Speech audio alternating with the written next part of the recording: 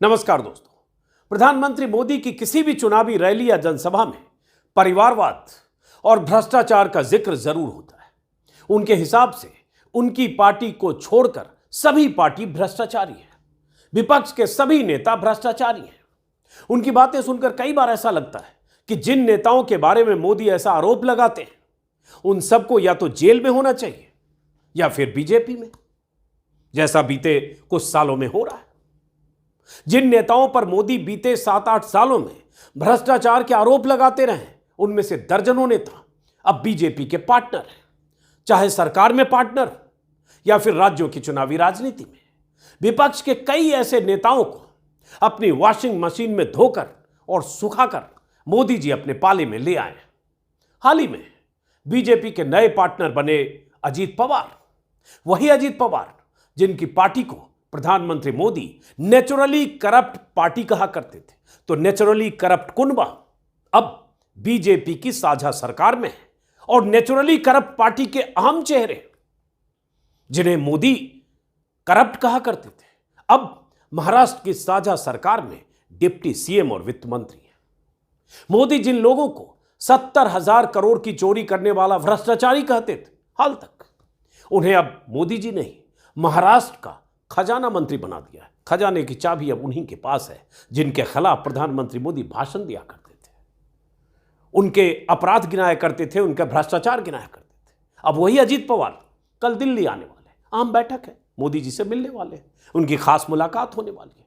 अब जरा सोचिए मोदी की कथनी और करनी में कितना फर्क है।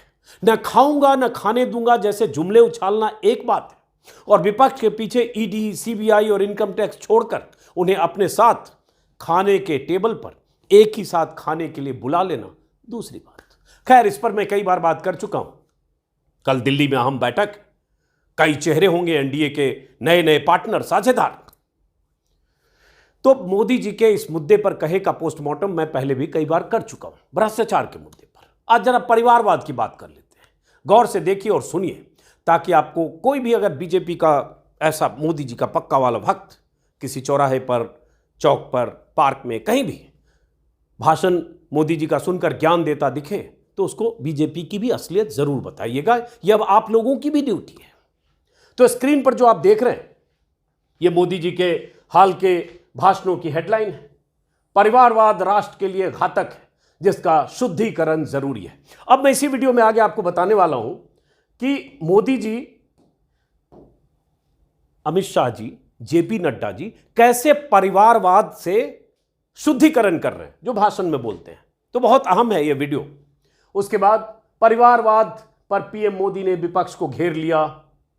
विपक्ष परिवार के नाम पर वोट मांगता है। वंशवाद की राजनीति से भ्रष्टाचार को बढ़ावा। ऐसे लोगों को जोड़े जिनका परिवार राजनीति में नहीं। देखिए कितनी अच्छी बात मोदी जी ने कहा, कितनी अच्छी बात कही। ऐसे लोगों को जोड़े जिनका परिवार राजनीति में नहीं। सुनने में एकदम संतवाणी। इसी तरह का एक और है, यहां भी भ्रष्टाचार और परिवारवाद, यहां भी परिवारवाद की राजनीति से निकल सके बाहर। यहां भी जहां परिवारवाद का होता है, परिवारवाद होता है, वहीं करप्शन तेलंगाना में। तो ये अलग अलग जगह मोदी जी के भाषण है। अब ये परिवारवाद पर जो मोदी जी इतना बोलते हैं, जेपी नड्डा, अमित शाह बोलते हैं, तो जरा देखिए हकीकत क्या है। और अभी ताजा मिसाल 24 घंटे के भीतर भी कुछ तस्वीरें आई, उस पर भी बात करेंगे।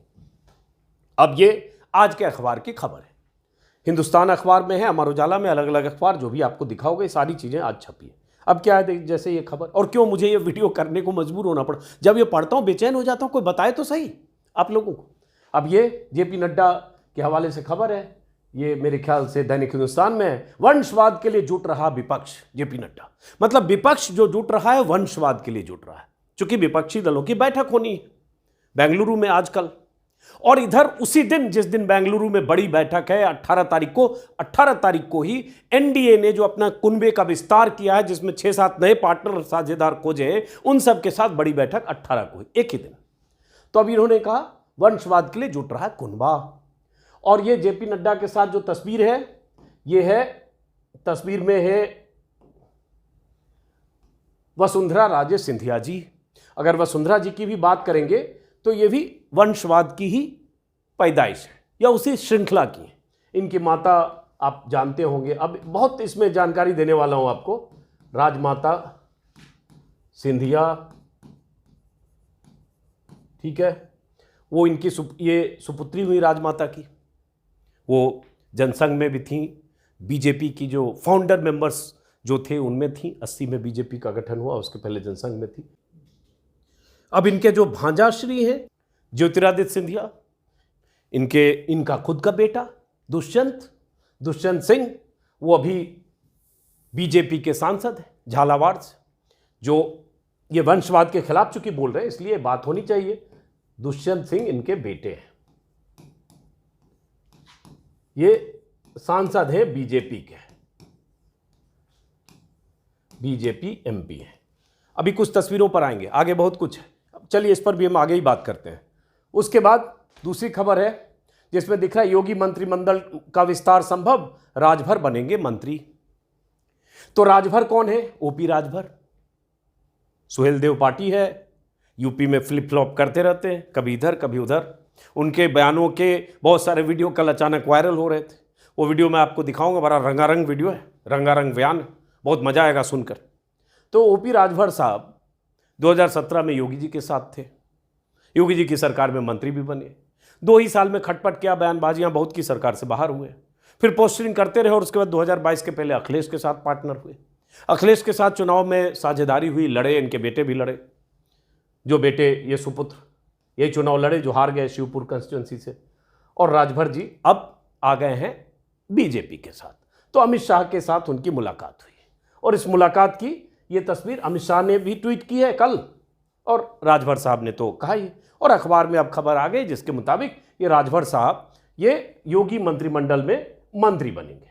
तो ये डील इनकी हो गई है। योगी जी बैठे हैं लखनऊ में, डील यहां कर रहे हैं अमित शाह, लेकिन डील हो गई। अब क्या है, ये जो सुपुत्र है, चूंकि वंशवाद, परिवारवाद, इस पर मोदी जी बहुत बोलते हैं, तो राजभर साहब के 2 बेटे हैं। इनका नाम है अरविंद राजभर,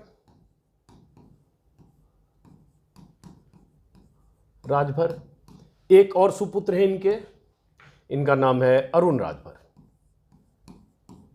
अब समझिए कि ये सब लोग बिल्कुल वंशवाद के खिलाफ है मोदी जी। ये 2 बेटे हैं इनके, ठीक है। तो अरविंद राजभर साहब, राजमंत्री का दर्जा इन्हें भी मिला हुआ था, महत्वाकांक्षी ये भी हैं राजनीति में, चुनाव भी लड़े, हार गए 2022 में किसी अनिल राजभर नाम के बीजेपी के प्रत्याशी से। पिताजी को कहा जा रहा है अब योगी मंत्रिमंडल में सीट मिलेगी, क्योंकि 2024 का चुनाव है। मोदी जी कहीं भी किसी ढंग का जोखिम मोल नहीं लेना चाहते। यूपी में कुछ सीटों पर लगता है कि कहीं चुनौती मिलेगी, उसमें से पूर्वी उत्तर प्रदेश की कुछ सीटें हैं, इसलिए वहां सेट कर रहे हैं। एक जातीय आधार पर इनका वोट बैंक है, इसलिए सेटिंग करने के लिए छोटे दलों को मिलाने की कोशिश हो रही है। वैसे बिहार में भी हो रही है। बहरहाल तो हम परिवारवाद पर सीमित रहते हैं। तो बहरहाल तो इनके एक बेटे हैं अरुण राजभर। अब इन बेटे के बारे में कहा जा रहा है कि इनको गाजीपुर से हो सकता है टिकट मिले, क्योंकि गाजीपुर की सीट अफजाल अंसारी को सजा मिलने के बाद खाली हुई है, जो वहां से गाजीपुर से सांसद थे, मुख्तार अंसारी के भाई। तो ये सीट के दावेदार इनके एक सुपुत्र हैं अरुण राजभर साहब। मिलेगा नहीं मिलेगा, डील क्या हुई ये जानते होंगे, और या फिर अमित शाह जानते होंगे, इन दोनों के बीच है। इनकी भी महत्वाकांक्षा है, चुनाव हार चुके, तो कुछ डील इनके लिए भी हो रही होगी। तो पापा, 2 पुत्र, इनकी पत्नी, इनके भाई की पत्नी प्रधानी में शायद लड़ी थी, हारी या जीती मुझे याद नहीं। पूरा कुनबा वंशवाद, परिवारवाद की बुनियाद पर है। मुझे कहने की जरूरत नहीं है, आप गूगल सर्च करेंगे पूरा पारिवारिक आपको मिल जाएगा। लेकिन यह परिवारवाद नहीं है ये, क्योंकि ये बीजेपी की तरफ आ गए। अब जरा इनके कुछ भाषण आपको हम सुनाते हैं।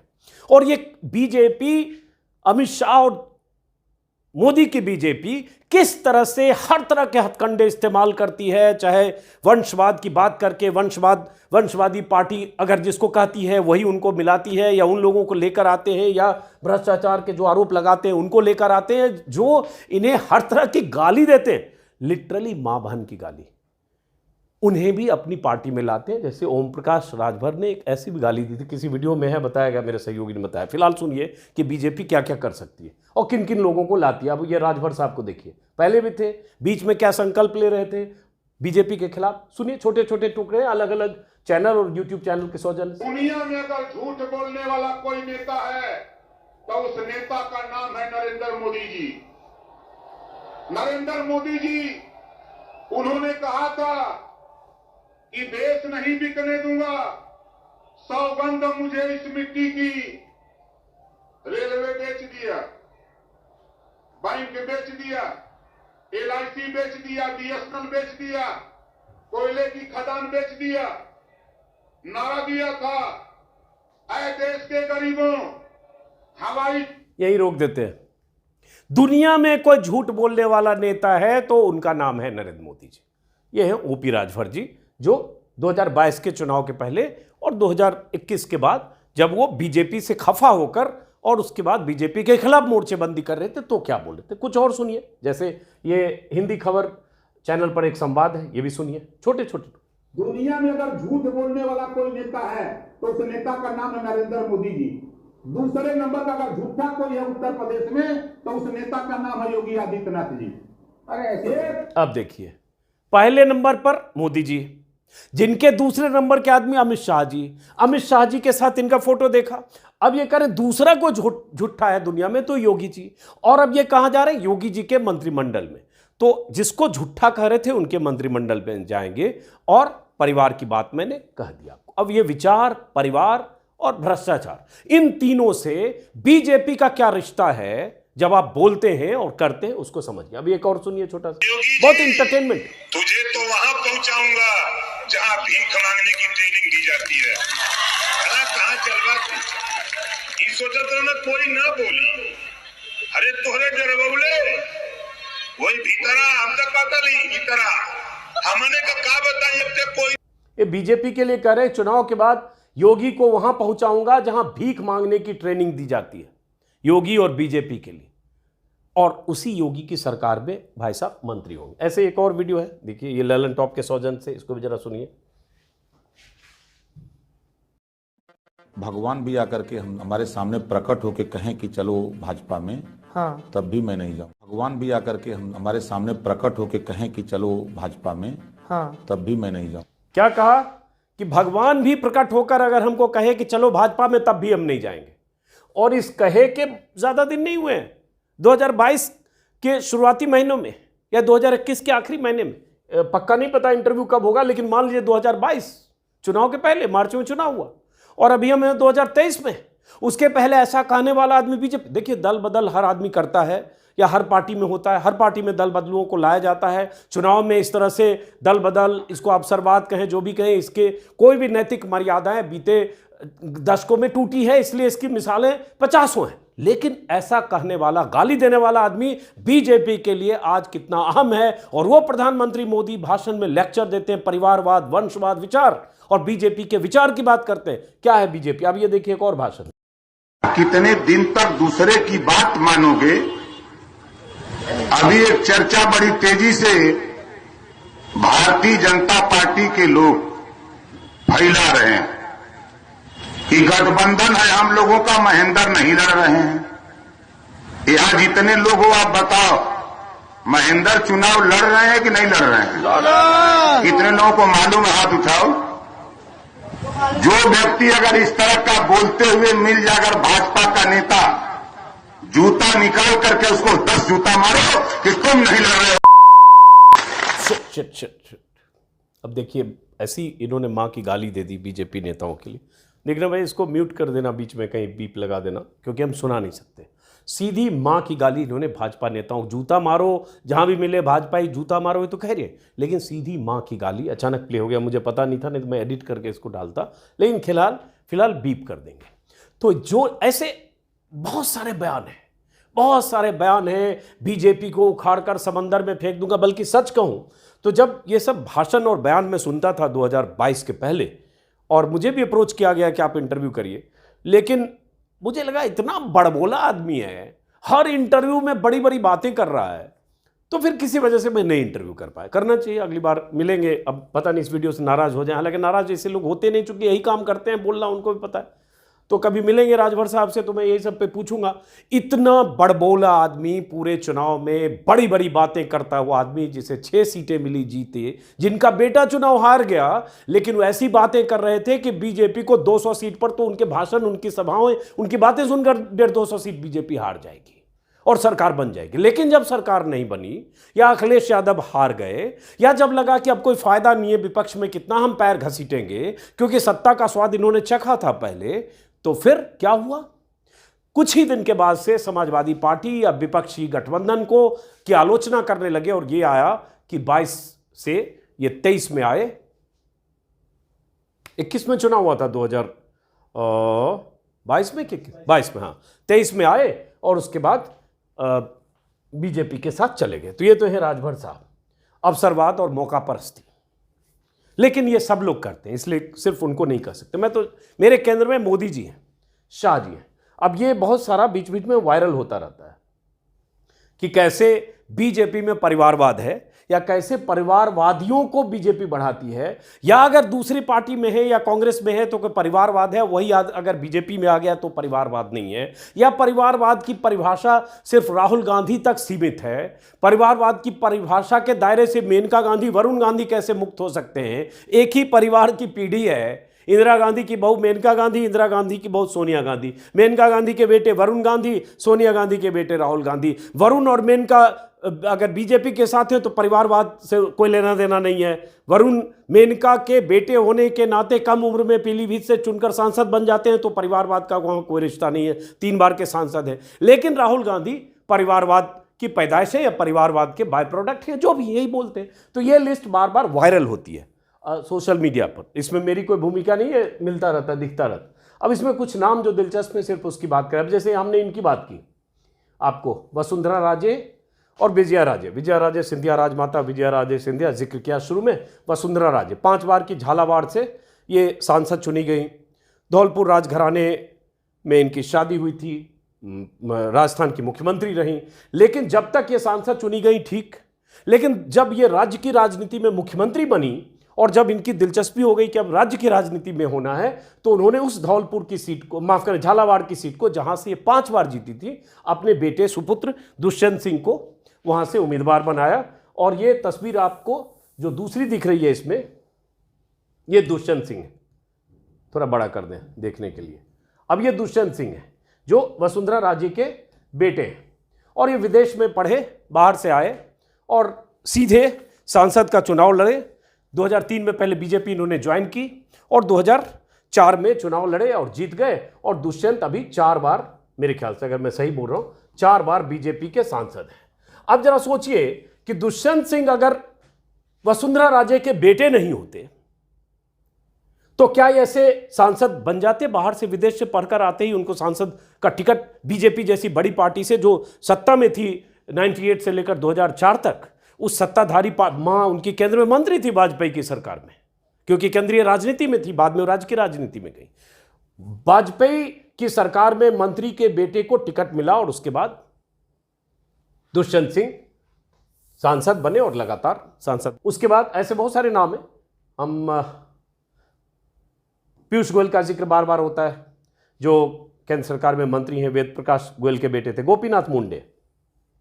अब चूंकि बात बीजेपी की, और ये इसलिए मैं दिखा रहा हूं ताकि, मैंने कहा ना कि आपको कोई बीजेपी वाला कहे कि बीजेपी में तो एकदम वंशवाद नहीं होता है, तो ये सब आपको दिखाने बताने की बात है। अब गोपीनाथ मुंडे अच्छे बड़े नेता थे, ओबीसी लीडर, महाराष्ट्र के डिप्टी सीएम थे, मुख्यमंत्री पद के दावेदार थे। मैं तो मिला भी हूँ 90 के दशक में, ठीक ठाक इनका असर था और मैं अच्छा लीडर मानता था इनको।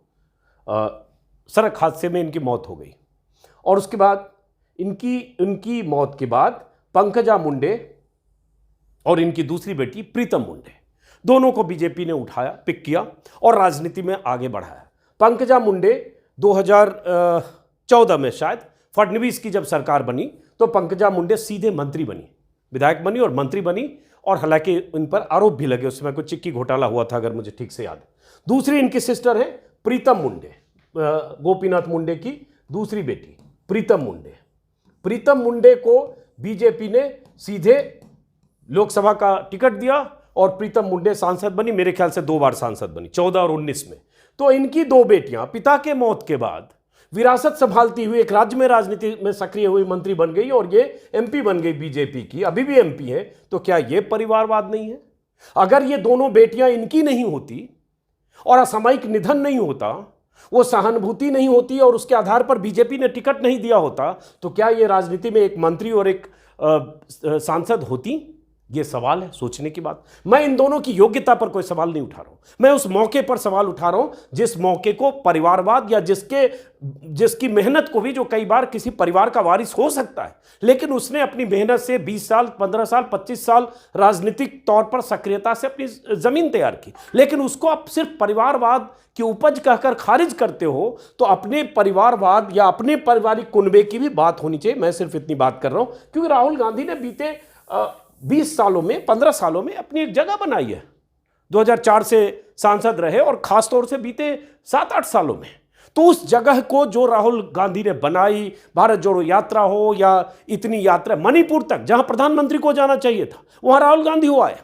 ऐसी कई जगहों पर जहां प्रधानमंत्री को दौरे करने चाहिए वहां राहुल गांधी हो आते और बीजेपी को इस पर भी नाराजगी है। इसलिए खारिज करो हर बार वंशवाद परिवारवाद, भ्रष्टाचार तो कहते ही है। तो सवाल उठता है, क्या आपके भीतर नहीं है? अब वही जो मैंने शुरू में कहा, मेनका और वरुण की बात, उसी परिवार की मेनका है, उसी परिवार के वरुण है। परिवार की 2 शाखाएं हैं, दोनों के मतलब इंदिरा गांधी के समय ही संजय गांधी के निधन के बाद मेनका से इंदिरा गांधी का झगड़ा हुआ, परिवार से अलग हुई, उन्होंने अलग अपनी राजनीतिक ज़मीन बनाने की तैयारी कोशिश की, शायद संजय विचार मंच बनाया था, उसके बाद और भी उनकी सक्रियता रही, फिर जनता दल में आई, जनता दल से चुनाव लड़ी, जनता दल की सरकार में भी मंत्री रही वो, और उसके बाद बीजेपी से जुड़ी वाजपेयी के दौर में, और उसके बाद वाजपेयी सरकार में मंत्री रही। उसके बाद फिर लगातार सांसद पीलीभीत से, बीच में सुल्तानपुर गए, अभी भी सुल्तानपुर से सांसद है, और 2014 से 2019 तक मोदी सरकार में भी मंत्री थी, अब नहीं। वरुण पीलीभीत से 2014 में सीधे चुनाव लड़े, जो इनकी माताजी की सीट थी। उसके बाद फिर बीच में सुल्तानपुर गए, 2014 नहीं, माफ करें, 2009 में वरुण गांधी लड़े पीलीभीत से, 2014 में लड़े सुल्तानपुर से, अभी पीलीभीत से हूं। डेटा बोलते समय हो सकता है कुछ कंफ्यूजन हो, माफ करेंगे। तो बहरहाल, लेकिन बात यह है कि क्या ये फिर परिवारवाद नहीं है? अगर राहुल गांधी या बाकी लोग जो दूसरे खेमे में हैं, जो अपोजिशन में हैं, वो परिवारवाद है, तो ये क्या? अब ये तस्वीर प्रमोद महाजन और उनकी बेटी पूनम महाजन। प्रमोद महाजन की हत्या उनके भाई ने कर दी थी, और उनकी हत्या शायद 2006, और उसके बाद पूनम महाजन राजनीति में आई, 2006 ही था मेरे ख्याल से। उसके बाद पूनम महाजन राजनीति में आई, और उसके बाद पूनम महाजन उस समय, जिस समय राजनीति में आई, बीजेपी ज्वाइन किया, उस समय 26 साल पूनम महाजन की उम्र थी। बीजेपी ने उनको बढ़ाया। उसके बाद कुछ दिनों के बाद 2009 में उन्हें घाटकोपर से टिकट दिया बीजेपी ने, उस चुनाव में हार गई असेंबली का। राम कदम एक एमएनएस के नेता थे, उनसे हारी, लेकिन फिर भी पार्टी में उनकी हैसियत बढ़ती रही, नेताओं का आशीर्वाद मिलता रहा, और राष्ट्रीय राजनीति में, बीजेपी की राष्ट्रीय राजनीति में राष्ट्रीय सचिव बनी, और 2014 में वो लोकसभा का उन्हें सीधे टिकट दिया गया मुंबई नॉर्थ से, जहां संजय दत्त की बेटी प्रिया दत्त चुनाव लड़ती थी, लड़ी भी, जीती भी, 2014 भी, 2019 भी, अभी सांसद है। अब सोचिए कि अगर प्रमोद महाजन की बेटी नहीं होती पूनम महाजन, तो क्या पूनम महाजन को इतनी कम उम्र में, 26 साल 27 साल की उम्र में बीजेपी से असेंबली का टिकट मिल जाता, और उसके 32 साल या उसके 33 साल की उम्र में या 31 साल की उम्र में क्या सीधे लोकसभा का टिकट मिल जाता? और क्या उसके बाद बीजेपी की पूरी ताकत मशीनरी नहीं होती, तो क्या 2 बार ऐसे सांसद बन जाती? क्या यह वंशवाद नहीं है? एक पिता जो बीजेपी का कद्दावर नेता था, उस पिता की विरासत को इन्होंने बढ़ाया। मैं फिर कहूंगा, इनकी योग्यता, इनकी राजनीतिक जो जमीन तैयार करने में, बनाए रखने में जो इन्होंने मेहनत की, मैं कहीं उस पर सवाल नहीं उठा रहा, लेकिन विरासत मिली और उस विरासत का फायदा इन्हें मिला, मैं इतनी बात कर रहा हूं। अब नीचे तस्वीर देख रहे हैं, ये धूमल का, प्रेम कुमार धूमल और उनके बेटे अनुराग ठाकुर। अनुराग ठाकुर केंद्र में मंत्री हैं, अभी तो सूचना प्रसारण मंत्री हैं। प्रेम कुमार धूमल हिमाचल के मुख्यमंत्री थे। क्या इन्हें फायदा नहीं मिला मुख्यमंत्री के बेटा होने का, या बीजेपी में एक कद्दावर नेता पुत्र होने का? ऐसे बहुत सारे नाम हैं। यशवंत सिन्हा तो चलो खुद ही बाहर है, बीजेपी में कभी वाजपेयी सरकार में विदेश मंत्री थे, वित्त मंत्री थे, लेकिन अभी तो वो बाहर है। जयंत सिन्हा उनके पुत्र हैं, उनकी भी अभी बहुत ज़्यादा पार्टी में चल नहीं रही है, वो भी उनके भी एक तरह से बुरे दिन। रमन सिंह के बेटे का भी जिक्र है। तो ऐसे बहुत सारी तस्वीरें आती रहती है। अब जैसे विजय गोयल की बात होती है, उनके पिता चरतीलाल गोयल थे। सुंदरलाल पटवा के बेटे कैलाश विजय वर्गीय का जिक्र होता है, उनका बेटा आकाश विजय वर्गीय डंडा उंडा चलाते हुए मारपीट करते हुए देखे गए थे। विजय कुमार मल्होत्रा, ऐसे बहुत सारे लोगों का जिक्र जब आप बीजेपी का करेंगे तो वहां भी वंशवाद है। लेकिन दिक्कत क्या है कि वंशवाद की बात जब प्रधानमंत्री करते हैं या बीजेपी के लोग, तो अपना कुनबा भूल जाते हैं। ऐसे ही धर्मेंद्र प्रधान के बारे में है, बहुत सारे लोगों का है। अब लिस्ट बहुत हाँ, ज्योतिरादित्य सिंधिया, उनकी बात बहुत ज़रूरी है इसमें। जैसे ज्योतिरादित्य सिंधिया है, इनको हम छोटा करते हैं इस तस्वीर को। अब ये ज्योतिरादित्य सिंधिया माधवराज सिंधिया के बेटे हैं। अब माधवराज सिंधिया कांग्रेस नेता भी थे, हालांकि बीच में वो कांग्रेस से अलग भी हुए थे, लेकिन ग्वालियर से लगातार जीतते रहे। ग्वालियर, गुना और महाराज तो रहे ही सिंधिया राजघराना। माधवराज सिंधिया का एक विमान दुर्घटना में उनकी डेथ हुई, शायद 2001 था। और उसके बाद उस समय ज्योतिरादित्य सिंधिया की उम्र कम थी, 29 या 30 साल उम्र थी। और गुना में जहाँ से वो सांसद थे माधवराज सिंधिया, गुना सीट खाली हुई और उसके बाद माधवराज सिंधिया की सीट से ज्योतिरादित्य सिंधिया सांसद बने और जीते। तो क्या अगर माधवराज सिंधिया के बेटे नहीं होते तो 30 साल की उम्र में कहीं बाहर से पढ़कर आने की वजह से और कहीं चुनाव में टिकट मिल जाए और उसके बाद जीत जाएं कांग्रेस जैसी पार्टी का, और उसके बाद 2004 में भी जीते और जीत कर आए, तो उसके बाद कुछ दिनों के बाद मनमोहन सिंह की सरकार में मंत्री बन जाए और मंत्री ही नहीं स्वतंत्र प्रभार मिल जाए, क्या ये परिवारवाद नहीं है? भाई 3 पीढ़ियां परिवार में, चौथी पीढ़ी तैयार है, कहा जा रहा है इनके भी पुत्र आने वाले समय में बीजेपी को मिल सकते हैं। तो ये परिवारवाद है कि नहीं? राजमाता सिंधिया, हालांकि दोनों की राजनीति अलग थी। राजमाता सिंधिया बीजेपी की तरफ थे, माधवराव सिंधिया कांग्रेस में थे।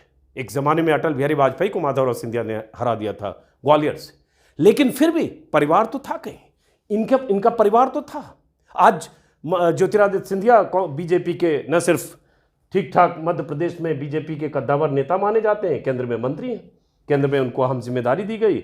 और कैसे वो बीजेपी में आए वो कहानी तो आप जानते हैं। वो भी एक अवसरवाद है कि आप बीजेपी के खिलाफ राजनीति करते करते एक समय ऐसा आता है कि आप बीजेपी ऐसे लोगों को टैप करती है और उसके बाद अपनी पाले में लाती है। और कैसे मध्य प्रदेश में सरकार गिराई गई कमलनाथ की, और कैसे ज्योतिरादित्य सिंधिया का कुनबा आया, और कैसे एमपी में फिर शिवराज सिंह चौहान गद्दी पर आए, ये इतिहास। अब ये केंद्र में मंत्री हैं और इनके साथ जो बागी हैं वो वहाँ हैं, हम उस पर अभी विस्तार से नहीं जा रहे। अब ये सीपीएन सिंह और आरपीएन सिंह। आरपीएन सिंह पडरौना राज परिवार के वारिस हैं। इनके फादर सीपीएन सिंह कुशीनगर से सांसद थे, 80 के दशक में इंदिरा गांधी के मंत्री थे। आरपीएन सिंह भी अगर इनके पुत्र नहीं होते, राजनीतिक परवरिश नहीं होती, राजनीतिक विरासत नहीं होती, तो क्या पता क्या होते। फिर भी मैं कहूँगा इनका श्रेय देता हूँ। मैं सिर्फ बताने की कोशिश कर रहा हूँ कि जब आप वहाँ सिर्फ परिवारवाद और वंशवाद कहकर विरोधी खेमे को खारिज करेंगे, विपक्षी दलों को खारिज करेंगे, तो अपने गिरेबान में भी झांकना चाहिए कि आपके पास कौन लोग हैं। और ये अगर वंशवाद की पैदाइश है तो कांग्रेस में थे, ऐसे बहुत सारे कांग्रेस में थे वो सब, और वो सब आज बहुत सारे उसमें बीजेपी के खेमे में। तो पडरौना से मेरे ख्याल से 4 या 5 बार शायद जीते। उसके बाद लोकसभा चुनाव जीते 2009 में, केंद्र में मंत्री रहे मनमोहन सरकार में, 14 में हारे और 19 में हारे, 2 बार हार गए। इन्हें लगा अब राजनीति में हमारे पास कांग्रेस में जगह नहीं है। जिस कांग्रेस में रहते हुए बीजेपी और मोदी पर हमला करते रहे, उसी बीजेपी में अब चले गए और बीजेपी के नेता हैं। तो ये है आरपीएन सिंह। एक और इधर चेहरा दिख रहा है, जितिन प्रसाद। अब ये जितिन प्रसाद है, ये भी योगी सरकार में मंत्री हैं।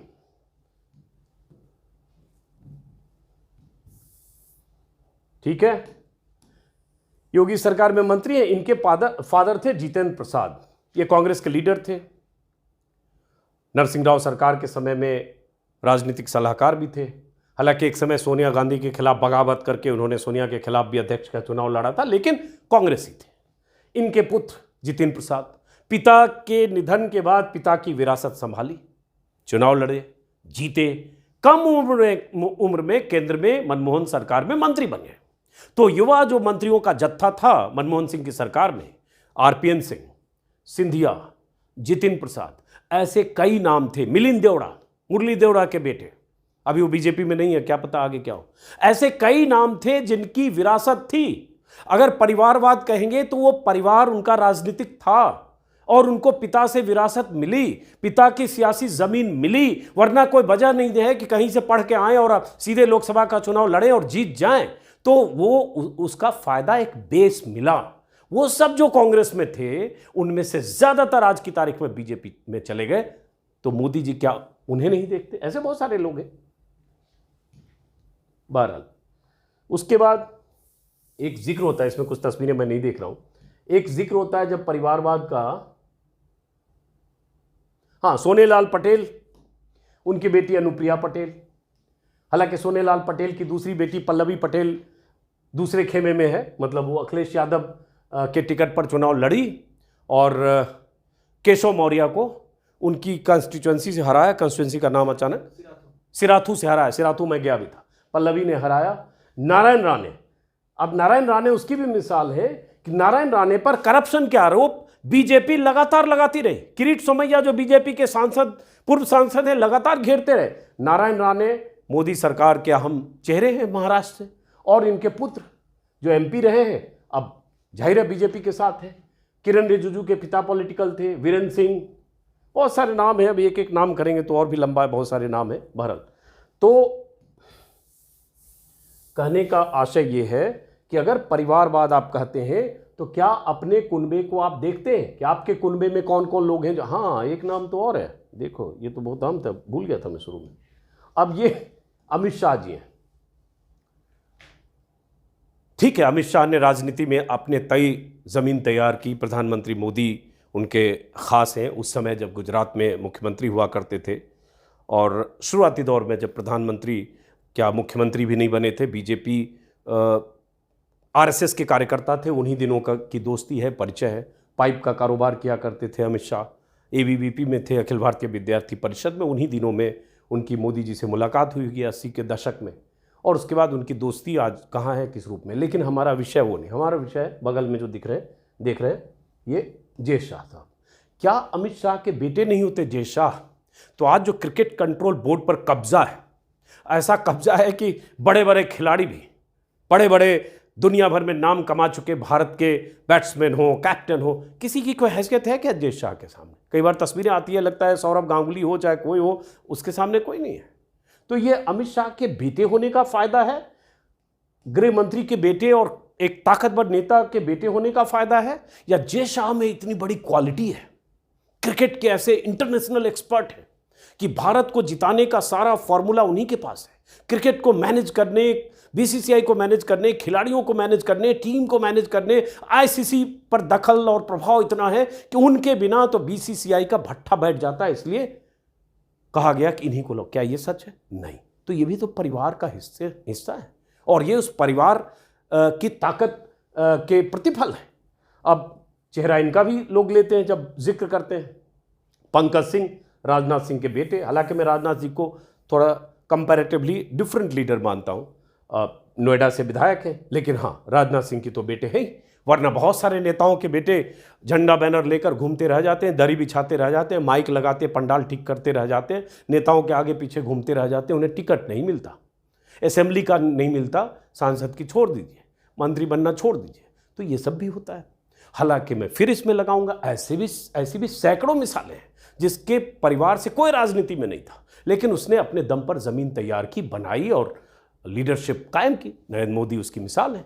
तो ऐसी मिसालें, मैं ये सिर्फ बार बार कहने की कोशिश कर रहा हूं कि आप दूसरों को सिर्फ परिवारवाद के आधार पर खारिज करने से पहले अपने गिरेबान में भी झांकिए कि आपके पास ऐसे कितने लोग हैं, और अगर परिवारवाद सिर्फ कांग्रेस या विपक्ष या आरजेडी में है तो आपके कुनबे में अगर 3 पीढ़ियां हैं तो वो परिवारवाद है कि नहीं। अगर अकाली दल आपका पार्टनर है तो वो परिवारवाद है कि नहीं। प्रकाश सिंह बादल का बेटा सुखबीर बादल, उनकी पत्नी कैबिनेट में, एक समय था कि पिता पुत्र दोनों, एक सीएम एक डिप्टी सीएम।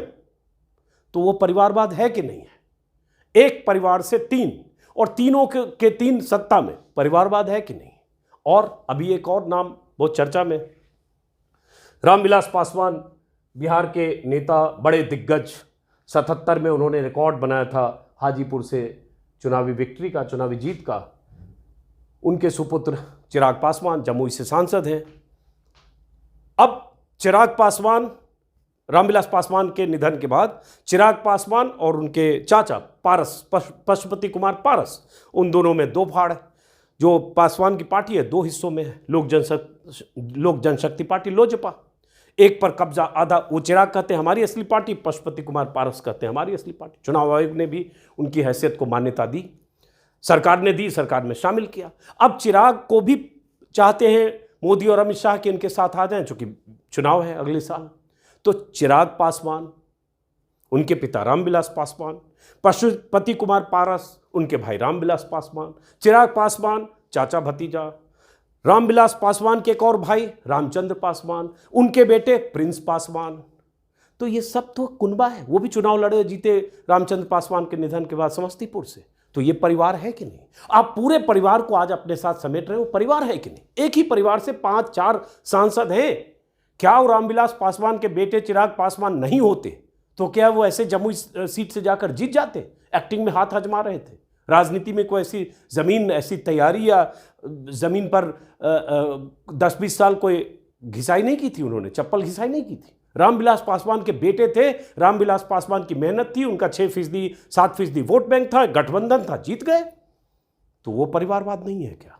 तो ऐसे बहुत सारे लोग, वीडियो बहुत लंबा हो सकता है, ये मिसालों की कमी नहीं है जो बीजेपी और इसमें है, लेकिन फिलहाल ये कि जो मैंने कहा कि अगली बार कभी भी अगर आपको बीजेपी के लोग परिवारवाद का और ये सब मोदी जी के भाषण के हवाले से जिक्र करें तो आप ये सब मिसालें उनको बता सकते हैं कि भाई बीजेपी में और बहुत सारे लोग हैं। अब वीडियो लंबा होगा तो इसलिए फिलहाल, और एक नैतिक बात, जितनी नैतिकता की दुहाई प्रधानमंत्री मोदी देते, जब उनकी पार्टी इस तरह से लोगों को शामिल करती है या फैसले करती है या चुनाव में जिस तरह के हथकंडे अपनाती है, उससे नैतिकता का दूर दूर तक कोई रिश्ता नहीं। मोरालिटी नाम की कोई चीज़ नहीं।